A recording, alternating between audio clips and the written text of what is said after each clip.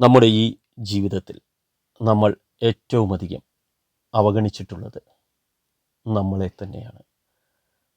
നമ്മൾ ഏറ്റവും അധികം സ്നേഹിക്കാതിരുന്നതും നമ്മളെ തന്നെയാണ്. നമ്മൾ എപ്പോഴും പറയും ഞാൻ ഞാൻ ഞാൻ ഞാൻ എന്ന്. ഈ ഞാനിനെ എപ്പോഴെങ്കിലും നമ്മൾ ശരിക്കും അറിയാൻ ശ്രമിച്ചിട്ടുണ്ടോ?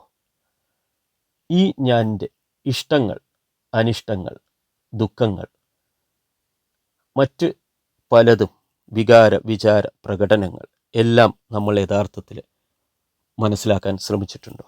സത്യത്തിൽ നമ്മൾ ഓരോരുത്തരും അപ്രകാരം ശ്രമിച്ചിട്ടില്ല എന്നുള്ളതാണ് വാസ്തവം.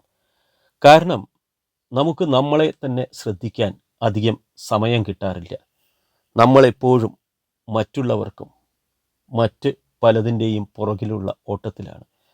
അങ്ങനെ നമ്മൾ നമ്മുടെ ജീവിതത്തിൽ മുഴുവൻ സമയവും മറ്റുള്ളതിന് പുറകെ ഓടി തളർന്ന് ഒടുവിൽ സ്വയം തളർന്ന് ഒന്നുമല്ലാതെ ഇരിക്കുമ്പോഴാണ് നമ്മളൊരിക്കൽ പുനർചിന്തനത്തിന് വരിക.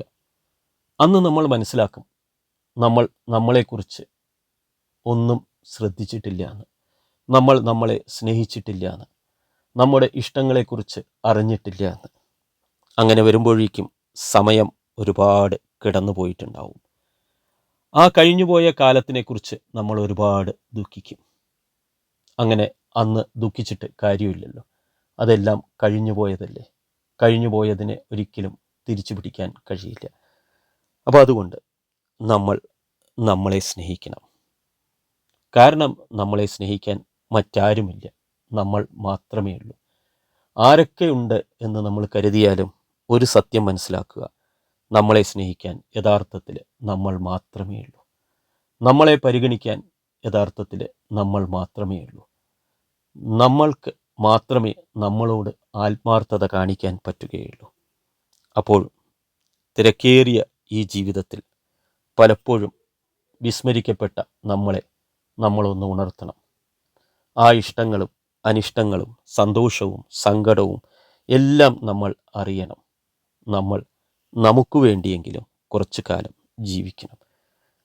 ജീവിതത്തിൽ നമ്മൾ നമ്മളെ മറന്നുപോയാൽ ഒരിക്കലും നമ്മുടെ ജീവിതം നല്ലൊരു രീതിയിൽ മുന്നോട്ട് കൊണ്ടുപോകാൻ പറ്റില്ല. അതിനാൽ എപ്പോഴും ഓർക്കുക, നമുക്ക് നമ്മളെ തിരിച്ചറിയാൻ കഴിയണം. നമ്മളെ തിരിച്ചറിഞ്ഞ് നമ്മുടെ ഇഷ്ടങ്ങൾക്കും അനിഷ്ടങ്ങൾക്കും സന്തോഷത്തിനും എല്ലാം അനുസരിച്ച് ഒരു ജീവിതം നമ്മൾ ജീവിക്കണം. ഒരിക്കലും പിന്തിരിഞ്ഞ് ദുഃഖിക്കരുത്.